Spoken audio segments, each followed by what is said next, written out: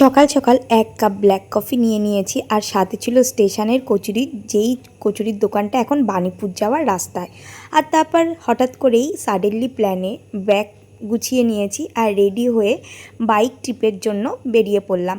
আমার ছেলের জন্য কিনে নিলাম হেলমেট, আমরা দুজনেও পরে নিয়েছি হেলমেট। সমস্ত সতর্কতা বজায় রেখেই আমরা কিন্তু একটা ছোট্ট বাইক ট্রিপ নিতে চলেছি, আর যেটা খুব কাছাকাছি। তো রাস্তায় বেরিয়ে পড়েছি আর ওয়েদারটা সেদিন ছিল ভীষণ ভালো।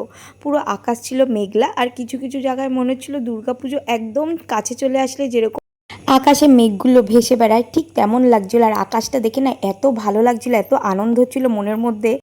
দেখতে দেখতে দুর্গাপুজো কিন্তু চলেই আসলো। আর এই বলতে বলতে NH-12 ন্যাশনাল হাইওয়ের পাশেই একটা রেস্টুরেন্ট সোনার তরী, এই রেস্টুরেন্টে চলে যাই আমরা দুপুরের লাঞ্চ করতে।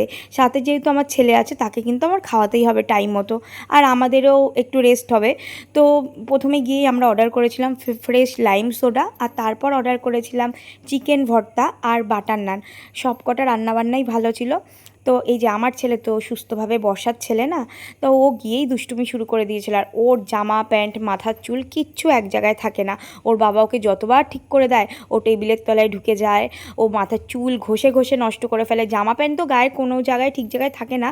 আর সবথেকে বড় কথা, ওকে কোনো জামা প্যান্ট একবার পরিয়ে সেই জামা প্যান্টটা দ্বিতীয়বার পরানোর মতো থাকে না। এটা ও কেন মনে হয় যে কোনো বাচ্চা কাচ্চারই, মানে সব বাচ্চা কাচ্চারই একই সমস্যা, যে জামা প্যান্ট ওরা খুব নোংরা করে, সব কিছু জামা প্যান্টেই লাগায়। আর এই বলতে বলতে আমাদের খাওয়া দাওয়া কমপ্লিট হয়ে যায়, কিন্তু আমার ছেলের কিন্তু খাওয়া হয়নি। তাকে খানিকক্ষণ ধরে আমি খাওয়ালাম, এবার তার বাবা খাওয়াচ্ছে। আর আমাদের খাওয়া দাওয়া কমপ্লিট করে ছেলেকে খাইয়ে আমরা আবার রওনা দিই আমাদের গন্তব্যে। আর আকাশটা যত কাছে যাচ্ছিলাম তত সুন্দর লাগছিল, মানে কি বলবো, কোথার থেকে যে কোথায় ভিডিও ফটো তুলবো আমি বুঝতেই পারছিলাম না, চারিদিক সুন্দর লাগছিল। আর এই বলতে বলতে চলে আসি আমরা মায়াপুর ইস্কন টেম্পলের কাছে। জয় শ্রীকৃষ্ণ, টাটা।